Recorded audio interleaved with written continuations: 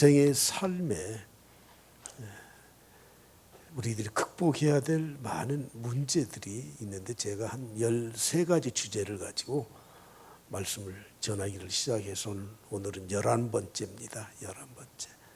한번 다 같이 제목을 따라서 해보실래요? 고독한 인생. 제가 좀 목소리가 좀 작아졌죠? 좀 크게 해볼게요. 다시 한번 고독한 인생. 예, 확실히 내가 크니까 여러분도 좀 따라서 커지는 것 같아요. 예수님은 십자가를 앞에 놓으시고 자신의 이 고독한 심령을 나타내서 표현을 하셨습니다. 어차피 주님은 고독하게 사신 분이에요. 그리고 십자가를 지실 때에도 홀로 그 십자가를 담당하시면서 하나님의 뜻을 이루신 그런 분이십니다. 우리 인생의 고독은 무엇을 의미하는 겁니까? 좀 부정적인 의미를 가지고 있지만 또는 그 부정적이면서도 우리에게 필요한 것이라는 것을 저는 오늘 먼저 말씀을 드리고자 합니다. 하나님은 우리 인간을 창조하실 때 다른 짐승들, 다른 가축들과는 다른 과정을 겪으면서 창조하셨죠. 먼저 아담을 창조하셨습니다. 맨 처음부터 아담과 하와를 같이 창조해 놓았다면 아담이 독처하지도 않았을 것이고 고독해 보이지도 않으셨을 거예요. 그런데 아담을 창조하시고 하나님이 그 아담이 혼자 사는 것을 좋지 않게 여겼어요. 고독한 것을 좋지 않게 여기셨다는 거예요. 그래서 돕는 배필을 지었는데 그게 바로 하와라고 성경은 말씀을 하고 있습니다. 그런 의미에서 보면 고독이 꼭 나쁜 것인가?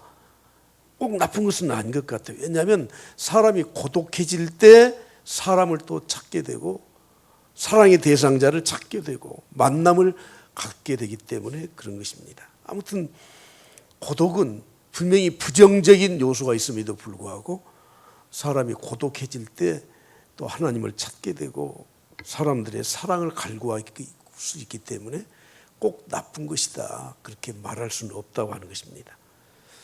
오늘 본 말씀을 보십시오. 32절 하반절에 보면 이렇게 말씀합니다. 다 각각 제 곳으로 흩어질 것이다. 나를 혼자 둘 때가 오나니 벌써 왔도다. 주님이 홀로 십자가를 지셔야 된다는 것을 말씀하신 것입니다. 여러분 과거나 현재나 앞으로도 마찬가지로 우리가 믿음 생활을 하면서 고독해질 때가 참 많이 있습니다. 나 홀로 묵묵히 십자가를 져야 될 때가 많이 있다는 거예요. 주님은 이렇게 말씀하셨습니다. 너희들 좁은 길로 와야 돼. 좁은 길로. 그 길은 협착해서 찾는 이들이 적을 것이다. 고독할 것이라고 하는 거예요. 넓은 길은 세상의 길인데 그곳은 넓고 가는 길이 편안해서 찾는 사람도 많을 것이라고 말씀합니다. 그러므로 우리는 신앙을 지켜나가면서 어차피 고독해질 때가 있다는 것을 알고 신앙생활을 해야 됩니다. 예수님이 오병이의 기사이적을 행하실 때 사람들이 예수님을 붙들러 왔습니다. 우리의 임금이 되어주십시오. 임금이 되어주십시오. 주님은 피하셨습니다. 그리고 주님이 이렇게 말씀하십니다. 나는 십자가를 지고 죽어야 된다. 그랬더니 사람들이 다 떠나가 버려요. 요한복음 6장에서 이렇게 말씀합니다. 그때부터 주님이 임금 삼으려고 하는 자들을 물리치시고 십자가를 지시겠다고 말씀하시고 이 고난의 길을 가실 때 그때부터 제자 중에 많은 사람이 떠나갔습니다. 그때 주님은 제자들에게 물었습니다. 한번 다 같이 해보시죠. 너희도 가려느냐? 너희도 가려느냐? 예, 주님의 마음이 섭섭해서 그러셨는지 모르지만 혼자 있는 것에 대해서 제자들에게 묻습니다. 너희도 갈 것이냐? 여러분, 주님은 그의 사역을 보시면 항상 홀로 고독하게 사역을 감당하셨습니다. 바로 그것이 십자가의 길이고 그리고 죽음의 길로 가는 홀로 가는 그런 사역의 길이었던 것입니다. 그러나 주님은 그런 홀로 가는 고독한 삶 가운데 주저앉지 않으셨다고 하는 겁니다. 여러분, 홀로 남아있다고 하는 것은 어차피 끊어져야 될 인간의 관계, 그것이 끊어지는 모습일 뿐이에요. 그렇기 때문에 주님은 그런 일로 사람들을 비난하고 비판하고 원망하지 않으셨습니다. 오늘 본 말씀을 보면 주님이 혼자 남게 되셨는데 그때 하신 말씀이 무엇입니까? 나는 아버지와 함께 있다, 이렇게 말씀하셨습니다. 여러분, 인간에게 있는 가장 큰 이 고독의 고통은 죽음이라고 하는 겁니다. 죽음의 길은 누구도 같이 동행할 수 없습니다. 죽음은 이 세상의 모든 것과 다 분리시킵니다. 내가 세상을 떠나게 되면 가족도, 그리고 내 주위의 모든 것도 나와 다 단절되는 고독한 상태에 들어가게 되는 것입니다. 요즘 이 고독사에 대해서 많은 발표가 있는데, 고독사는 자기 홀로 죽는 나홀로 죽음이에요. 외로운 죽음입니다. 무연고의 죽음이에요. 작년 통계에 의하면 1년간 약 1000명 정도가 고독사를 당했다는데, 근데 그 통계가 아닙니다. 무슨 말이냐면 광역단체, 우리나라 17개 광역단체 중에서 보고하지 않는 광역단체가 6군데나 돼요. 왜냐하면 그걸 파악조차 못하고 있어요. 아무튼 1년에 약 1000명 정도가 고독사로 세상을 떠나고 있다고 하는 거예요. 그런데 더 큰 문제가 무엇이냐면, 과거에는 노인이 혼자 사는, 그래서 고독사를 경험하는 경우가 많았는데 지금은 20대, 30대, 40대가 늘어가고 있다는 거예요. 회사에서 쫓겨났는지 그만뒀는지 외부와 단절을 하고 그냥 원룸에서 혼자 지내다가 그냥 지쳐서 쓰러 있다가 누구도 도와주지 못해서 죽어가는 청년들이 지금 많이 늘어나고 있다고 하는 것입니다. 여러분, 우리의 이 죽음의 곁에는 누구도 함께할 수 없습니다. 나 혼자 가야 되는 것입니다.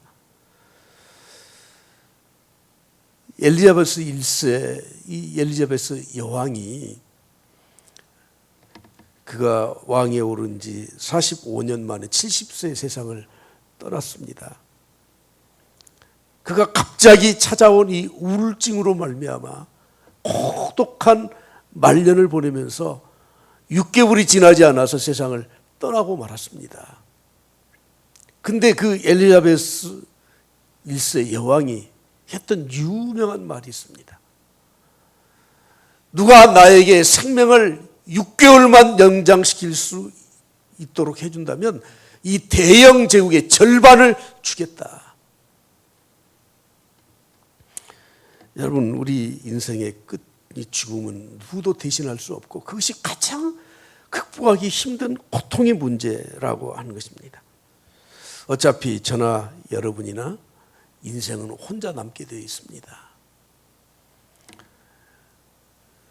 제 기억으로 제가 전신 마취를 해서 수술을 받은 것이 꽤나 되더라고요. 저는 건강하다고 저는 자부하고 살았거든요. 근데 전신 마취를 하고 수술실에 들어갈 때 수면제 놓습니다. 하고 불과 10초도 안 되는 것 같아요. 정신이 가물가물해지면서 의식이 없어져 버려. 홀로 들어가죠. 제가 아시는 그 목사님이, 자기 후배 목사님 부인이 수술을 받는다고 해서 병원에 수술 받기 전에 가서 기도를 하러 갔었대요. 그리고는 기도를 다 하고, 그분이 약간 유머가 있으신 분이에요. 그래서 사모님 손을 이렇게 잡고 기도를 해주고는 이렇게 말을 했대요. 아, 사모님 손 진짜 이쁘다. 근데 놀라운 기적이 일어났어요. 수술을 다 마치고 나오는데 이 사모님이 자기 손을 꽉 잡고 있더래. 그래서 남편이 물어봤대요. 아니 당신은 왜 그 손을 잡고 있어? 그랬더니 그 송 목사님이 내가 수술실 들어가기 전에 이쁘다고 해줘서 내 손을 꼭 잡고 있었다고. 여러분, 인생의 마지막 길 마취를 하고 수면 상태에 들어가면서 했던 그 말 한마디가 내 내류에 딱 꽂혀 있는 겁니다. 우리가 신앙생활을 하면서 느끼는 축복이 무엇입니까? 주님, 나 혼자 십자가를 진다. 그런데 주님 말씀하십니다. 하나님이 나와 함께 계신다. 할렐루야. 이 세상에 누구도 내 인생의 동반자가 될 수 없습니다. 내 인생을 마지막까지 함께 가는 사람은 세상에 없습니다. 그러나 하나님만이 우리의 인생의 동반자라고 하는 것입니다. 그래서 우리는 사람을 사랑의 대상으로 여겨야 돼요. 사람을 약간 의지할 수는 있어요. 그러나 전적으로는 의지할 수 있는 존재들이 아니에요.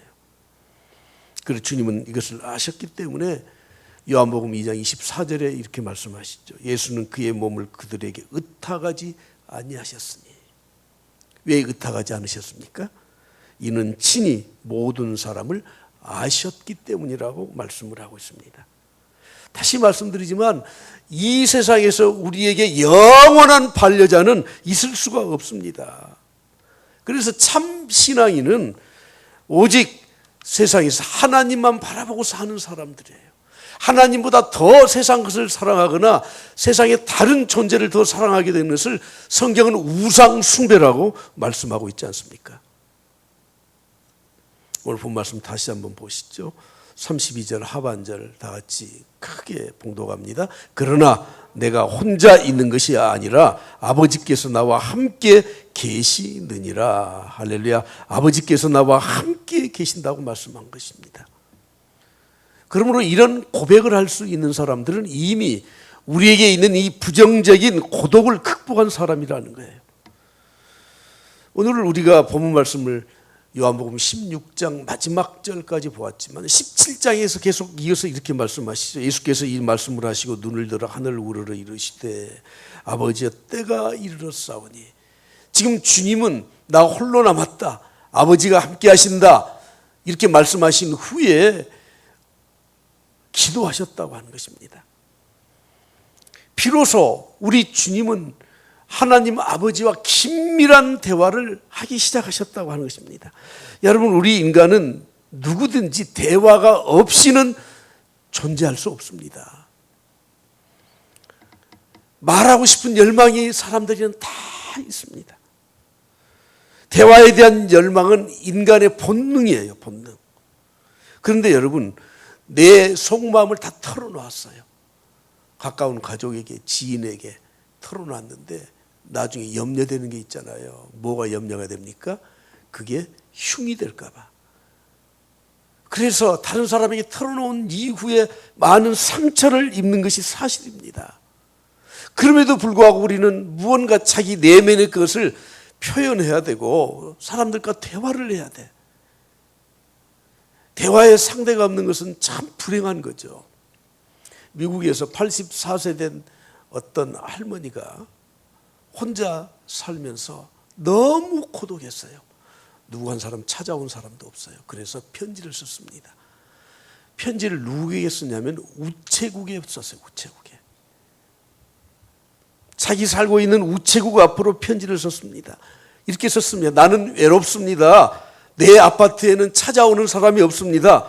누구도 전화를 걸어주는 사람이 없습니다. 내 생일을 기억해 주는 사람도 없습니다. 그리고 그 편지 안에 우표 몇 장을 넣었어요. 그리고 동전 몇 입을 넣었어요. 그리고 마지막에 이렇게 편지를 썼습니다. 이 편지를 받으시는 분은 나에게 이 우표로 꼭 답장을 해 주십시오. 이 동전으로 공중전화에 가서 나에게 전화 한 통화 좀 걸어 주십시오. 우리 인간은 누구든지 대화를 해야 되는 겁니다. 어떤 상대에게든지 우리는 속을 털어놓아야 되는 거예요.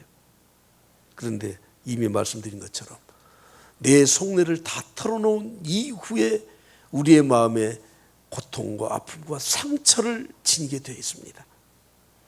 왜냐하면 그것이 나에게 흉이 되기 때문에.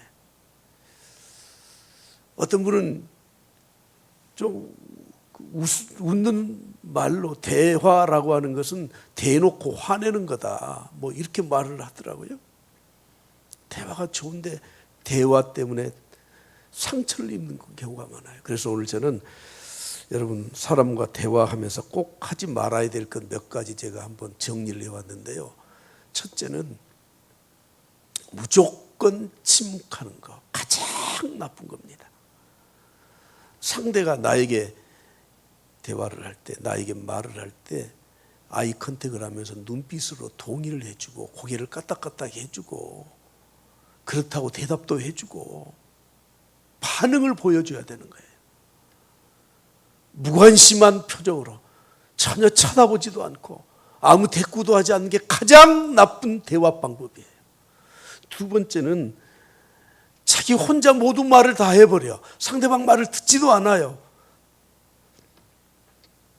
그 다음에는 상대방의 말에 끼어들어 말이 끝나기도 전에 자기 말을 앞질러서 말을 해버려요. 네 번째로는 동문서답하는 거예요. 전혀 주제와 다른 말을 회피하면서 해버리는 거예요. 이 동문서답을 가장 잘하는 부류의 사람들이 정치인들이라고 하더라고요. 대답하기 곤란하면 엉뚱한 이야기로 회피해버린다는 거예요. 마지막 한 가지는 거친 말을 하는 겁니다. 아주 거친 말, 대놓고 욕을 하거나 대놓고 거친 말을 하는 거예요. 그리고 그것보다 더 나쁜 것은 자기 자랑만 늘어놓는 것이라고 합니다. 사람은 대화를 해야 돼요. 그런데 대화에는 한계가 있어요. 그러므로 우리는 인간의 이 본성을 알고 접근해서 대화를 해야 상처를 받지 않습니다. 사람은 완벽하게 정직하거나 순결하지 않습니다. 그래서 사람들과의 이 대화는 숨어있는 속임수가 많이 있어요. 속이려고 해서 속이는 것이 아닙니다. 왜냐하면 체면이라는 것이 있기 때문에 화가 났어도 좀 참아요. 진실하게 말을 하지 않아요. 자기 감정을 완전히 드러내놓지를 않습니다. 그래서 우리는 그것에 속아 넘어가서 오늘 괜찮겠거니 그러는데 그것은 속이려고 하는 것이 아니라 사람의 본성이 그렇기 때문에 그런 겁니다. 그럼에도 불구하고 우리는 대화를 해야 되지 않습니까? 그런 의미에서 내가 외롭다, 고독하다 하는 것은 또 다른 창조적인 능력을 가질 수 있는 중요한 계기가 된다는 것도 알아야 됩니다. 지난 주간에 우리가 새벽 기도 때 보았던 그 본문 중에 마태복음 14장에 있는 말씀인데 한번 같이 보시겠습니다. 예수께서 즉시 제자들을 재촉하사 자기가 무리를 보내는 동안에 배를 타고 앞서 건너편으로 가게 하시고, 주님이 석양쯤 되어서 사역이 마쳤어요. 같이 배를 타고 가신 것이 아니라 제자들을 재촉해서 빨리빨리 가라, 빨리 가라. 그리고는 그들을 건너편으로 보내놓으시고 23절에 보면은 혼자 홀로 남으셨어요. 왜 홀로 남으셨습니까? 기도하러 따로 산에 올라가셨다고 말씀합니다. 기도하시기 위해서 제자들을 재촉해서 빨리 가라고 보내놓고 혼자 남으셨습니다. 지금 우리 시간으로 말하면 아무리 늦어도 6, 7시, 7, 8시, 한 7시 정도에 보내놓으셨어요. 그리고 밤 사경쯤 됐을 때, 새벽 서너 시쯤 되었을 때 주님은 바다 위로 건너가셔요. 자, 몇 시간 동안 혼자 기도하셨습니까? 아무리 짧게 잡아도 7, 8시간 혼자 남으셔서 기도하셨습니다. 여러분, 때로는 사람들과의 단절이 있을 수 있죠. 고독하죠. 외롭습니다. 그럴 때 그것을 창조적으로 활용할 수 있어야 된다고 하는 것이에요. 저는 창조적으로 그 고독을 활용하기 위한 두 가지 방법을 여러분들에게 소개해 드리려고 합니다. 첫째는 자기 자신과 대화를 할 줄 알아야 돼요. 자기 자신과 솔직하게 고독할 때, 외로울 때, 혼자 있을 때, 아니 혼자 있을 시간을 마련해 놓고 그리고 자기 자신과 대화를 해야 돼요. 동훈아, 너 요즘 참 힘들지? 스스로에게 물어봐야 되는 거예요. 요즘 우리 문화는 고독을 통해서 자기 성찰하는 문화가 아닌 것 같아요. 항상 손에는 스마트폰이 들려 있어. 그래서 무조건 찾아서 보고 동영상 보고, 나이 드신 기성세대는 집에 돌아오면 맨 먼저 텔레비전 리모컨부터 찾아서 텔레비전을 켜요. 채널을 한 바퀴 삥 돌리면서 1시간 동안 그냥 쳐다보다가 그냥 말아요. 혼자 조용히 자기 성찰하면서 하나님 말씀 묵상하면서 내 자신과의 대화를 할 줄 알아야 됩니다. 여러분, 고독은 외로운 게 아닙니다. 혼자 있지 마시고 자기 자신과 함께하면서 자기 자신을 성찰하는 그런 일기를 쓰든지 아니면 어떤 글을 쓰든지 책을 읽으면서 그 안에서 자기 자신을 발견할 수 있어야 하지 않겠습니까? 두 번째로는 하나님과 독대하는 겁니다. 하나님과 독대하는 시간을 가져야 돼요. 주님은 군중들을 재촉하면서 빨리 건너가라. 그리고 보냈습니다. 빨리 보냈습니다. 그리고 혼자 남으셔서 산에 올라가셔서 7, 8시간을 깊은 이 묵상 가운데 하나님 앞에 기도하셨습니다. 제가 영어에 이 고독이라는 말을 찾아보니까 loneliness라고 되어 있더라고요. loneliness. 좀 부정적인 뜻이 있어요. 그러나 외로움을 찾아보니까 solitude라고 되어 있더라고요. 약간 긍정적인 거예요. 아무튼 고독은 좀 부정적인 것일 수 있습니다. 혼자 있는 외로움은 좀 긍정적인 에너지를 창조할 수 있습니다. 그런데 여러분, 고독하거나 외롭거나 그걸 따지지 말고 그 용어의 차이를 따지지 말고 그것을 내가 나에게 이롭게 활용할 수 있느냐, 창조적인 어떤 이 시간을 만들어갈 수 있느냐, 아니면 부정적으로 외롭고 쓸쓸해서 고통 속에 있느냐 하는 것은 내 몫이 아니겠습니까? 고독을 홀로 즐길 수 있는 사람만이 고독을 정복할 수 있는 것입니다. 주님은 의도적으로 사람을 피하셨습니다.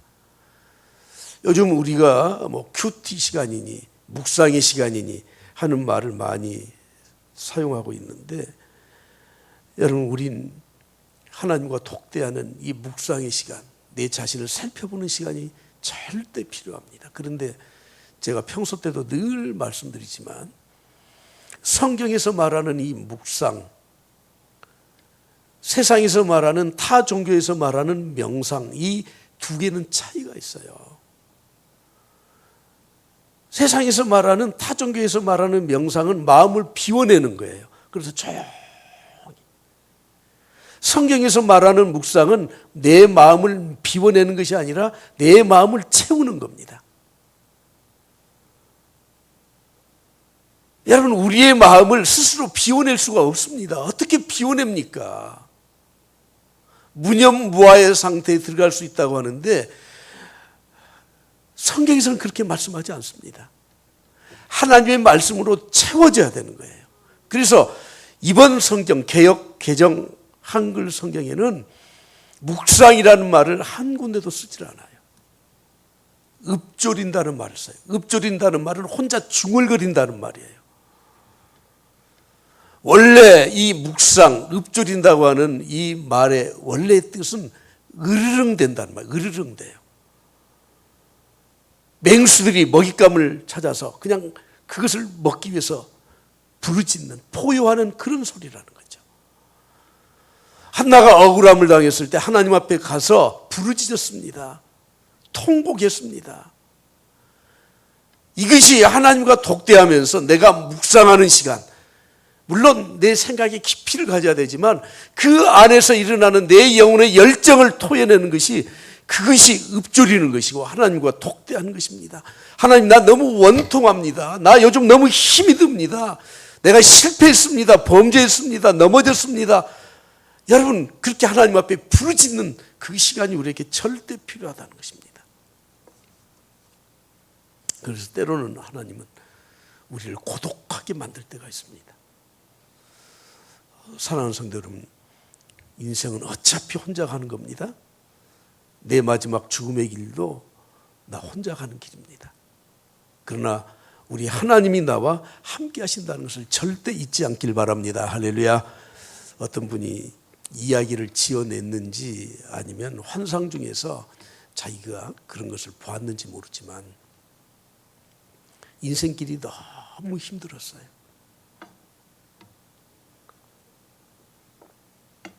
그래서 뒤를 돌아보니까 분명히 자기 혼자 백사장을 걸어온 것 같은데 발자국이 2개가 있는 거예요.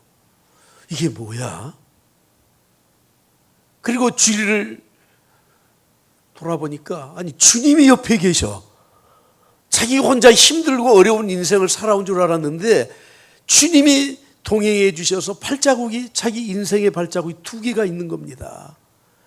야, 주님이 나를 이렇게 도와주셨구나. 그리고 또 한참 갔어요. 너무 힘들었어요. 주님이 도와주시는데도 너무 힘들었어요. 그래서 뒤를 돌아다 보니까 발자국이 하나밖에 없어. 아이고, 주님도 야속하시지. 내가 너무 힘들고 어려울 때는 그냥 도망치셨구나. 그리고 자세히 그 발자국을 보니까 자기 발자국이 아니에요. 주님의 발자국이에요. 정신을 바짝 차리고 보니까 주님의 등에 엎혀 있었다는 거죠. 여러분, 세상 모든 사람들은 내가 너무 힘들고 어려울 때 나와 동행해 주는 것 같지만 내 옆에 없을 수 있습니다. 그러나 주님은 나와 함께 하십니다. 나 혼자 걸어가는 길인 줄 알았더니 주님이 동행해 주셨고, 주님이 다른 곳으로 가버리신 줄 알았더니 나를 업고 가시는 바로 그 주님이 우리 곁에 있지 않습니까? 하나님과 항상 독대하십시오. 할렐루야, 할렐루야. 예. 그러면 제가 처음에 말씀드린 것처럼 우리 인간은 참 고독하다, 혼자 가는 길이다. 그런데 주님이 함께 하셨다. 우리가 함께 기도하자. 이것으로 우리 인생이 끝나면 안 돼요. 요한복음 14장부터 16장까지는 마지막 설교하신 고별 설교의 내용이고, 설교를 마친 다음에 17장에서는 기도하셨어요. 그래서 우리가 16장 끝부분을 본 거예요. 그리고 주님은 17장에서 기도하시잖아요. 그리고 18장으로 이어져 18장 1절 말씀을 한번 다 같이 보시죠. 시작. 예수께서 이리 말씀을 하시고 제자들과 함께 기드론 시내 건너편으로 가시니 그곳에 동산이 있는데 제자들과 함께 들어가시니라. 제자들과 함께 들어가셨어. 지금 십자가를 지시기 위해서 주님은 이제는 말씀을 전하시고 그리고 기도하시고 그리고 그 길로 가고 계셨다고 하는 것입니다. 인생의 이 고독함, 고통스러운 이 외로움, 혼자 가는 길에 참된 치유의 마지막 결론은 무엇으로 치유를 받을 수 있느냐? 하나님의 일을 내가 감당함으로 치유받을 수 있는 겁니다. 고독의 최대의 치유 방법은 하나님의 일에 몰두하는 것이라고 하는 겁니다. 세상에 바쁘게 일하는 사람들은 고독하지 않습니다. 외롭지 않습니다. 그런데 여러분, 세상에 고독하지 않게 열심히 일을 했다고 해도 마지막 세상을 떠날 때는 다 허무하다고 해요. 그러나 하나님의 일은 절대 그렇지 않습니다. 하나님의 일을 다 감당한 후에 하나님께서 우리와 함께 하신다는 확신이 있기 때문에 외롭지도 않고 허무하지도 않다고 하는 것입니다. 주님이 마지막 세상을 떠나시면서 십자가를 지시고 떠나시면서 하셨던 말씀이 무엇이죠? 한번 따라서 해보시죠. 다 이루었다. 예, 나 허무하다 이렇게 말씀하지 않으셔요. 다 이루었다 이렇게 말씀하시고 세상을 떠나셨던 분이십니다. 리빙스턴의 이 고백은 우리가 너무 잘 알고 있지 않습니까?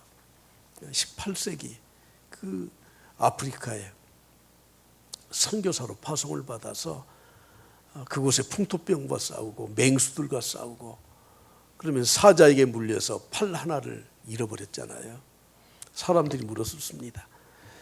아니 그곳에서 선교 사역을 하면서 두렵지 않았습니까? 힘들지 않았습니까? 여러분 힘들었겠습니까? 힘들지 않았겠습니까? 리빙스턴이니까 힘들지 않아요? 여러분들 그냥 타임머신 타고 과거로 돌아가서 아프리카에 다 보내드릴까요? 힘들죠. 어렵죠. 얼마나 힘들었겠습니까? 리빙스턴은 이렇게 대답을 했습니다. 나는 내 인생을 통해서 하나님이 이루고자 하시는 뜻이 있다는 것을 나는 확신하고 있습니다. 그러므로 내가 아무리 힘들고 어렵고 맹수들과 싸우고 내 팔을 물어 뜯어갈 때에도 나는 그걸 믿고 있었기 때문에 하나님이 아직도 나를 통해서 이루고자 하시는 일이 있다면 절대 나는 죽지 않는다 하는 확신을 가지고 살았습니다. 이렇게 대답을 했다는 거예요. 여러분 우리는 인생길을 혼자 가는 고독한 인생을 지금 살아가고 있잖아요. 그런데 이 고독한 인생길을 치유할 수 있는 방법은 주님이 나와 동행하신다는 확신을 가지고 하나님 앞에 독대하면서 기도할 뿐만 아니라 하나님이 나에게 맡겨주신 그 일, 그 사명을 감당할 때만이 그때만이 우리는 고독을 이겨낼 수 있다고 하는 거예요. 우리 그리스도인의 정체성, 도대체 그리스도인 기독교인이라는 어떤 사람들인가? 어떤 사람들입니까? 하나님의 자녀들이죠. 그런데 더 구체적으로 우리의 삶을 통해서 우리는 우리 정체성을 가져야 되는데 나는 나를 위해서 사는 사람들이 아니에요. 우리 그리스도인들은 나만 위해서 사는 인생이 아니라는 거예요. 사나 죽으나 예수 그리스도가 나타나기를 원하노라. 예수 그리스도를 위해서 사는 사람들이고 예수 그리스도를 위해서 사는 사람들은 다른 사람을 위해서 사는 사람들입니다. 나라고 하는 존재는 다른 사람을 위해서 존재하고 있다고 하는 것입니다. 그렇게 사는 사람들은 절대 고독이라는 질병에 걸리지 않는다는 거죠. 요즘 이 자원봉사들을 많이 하고 있습니다. 특히 이제 우리 나이 드신 분들은 자기 직업 다 은퇴하시고 뭔가 좀 일을 해야 되잖아요. 그냥 놀고만 있겠어요? 그래서 생각 있는 사람들은 자원봉사 단체에 들어가서 다른 사람을 위해서 일을 많이 해요. 발렌티어는 내가 자원해서 다른 사람을 돕는 일을 하는 사람들이에요. 그런데 요즘 와서 이 자원봉사라고 하는 개념이 완전히 달라졌습니다. 내가 다른 사람을 위해서 도와줘요. 맞아요. 그런데 그것이 그 사람을 위해서 하는 일이라기보다는 나를 위해서 하는 일이에요. 나를 위해서. 내 인생이 헛되지 않기 위해서, 내 인생이 고독하지 않기 위해서, 그 일을 통해서 나의 존재감을 느끼고 내 인생이 행복해지기 위해서, 내 인생을 보람되게 살기 위해서 하는 것이 자원봉사라는 거예요. 여러분들이 혹시 교회에서 좀 이름 없이 빚도 없이 뭐 여러 군데에서 이렇게 봉사하시면서 나 힘들어 어려워 혹시 그런 마음 가지시려거든 그냥 안 하는 게 훨씬 좋아요. 그래도 하나님이 내게 건강을 주시고 시간을 주셔서 이런 일을 할 수 있도록 하셨구나. 이것은 나를 위해서 하는 거야. 오늘 저는 이 고독에 대해서 말씀을 드렸습니다. 한번 여러분들에게 묻겠습니다. 여러분은 고독하십니까? 예, 고독합니다. 저도 고독합니다. 힘듭니다. 그럼에도 불구하고 우리는 믿음을 가지고 사는 우리들은 고독하지 않습니다. 왜냐하면 하나님이 나와 함께 계시기 때문에. 그래서 하나님과 독대할 수 있고 하나님이 나에게 맡겨주신 사명을 감당할 때 우리는 고독을 이겨낼 수 있을 뿐만 아니라 하늘의 영광을 누리며 살아갈 수 있는 줄 믿습니다. 오늘 마지막 33절 말씀 다 같이 봉독하고 말씀을 마치려고 합니다. 다 같이 봉독합니다. 이것을 너희에게 이르는 것은 너희로 내 안에서 평안을 누리게 함이라. 평안을 누리게 함이라. 외롭지 않도록 하게 함이라. 세상에서 너희가 환난을 당하나 담대하라. 내가 세상을 이겼노라. 할렐루야. 오늘도 여러분들이 주님과 동행하는 삶을 살아갈 수 있기를 간절히 축복합니다.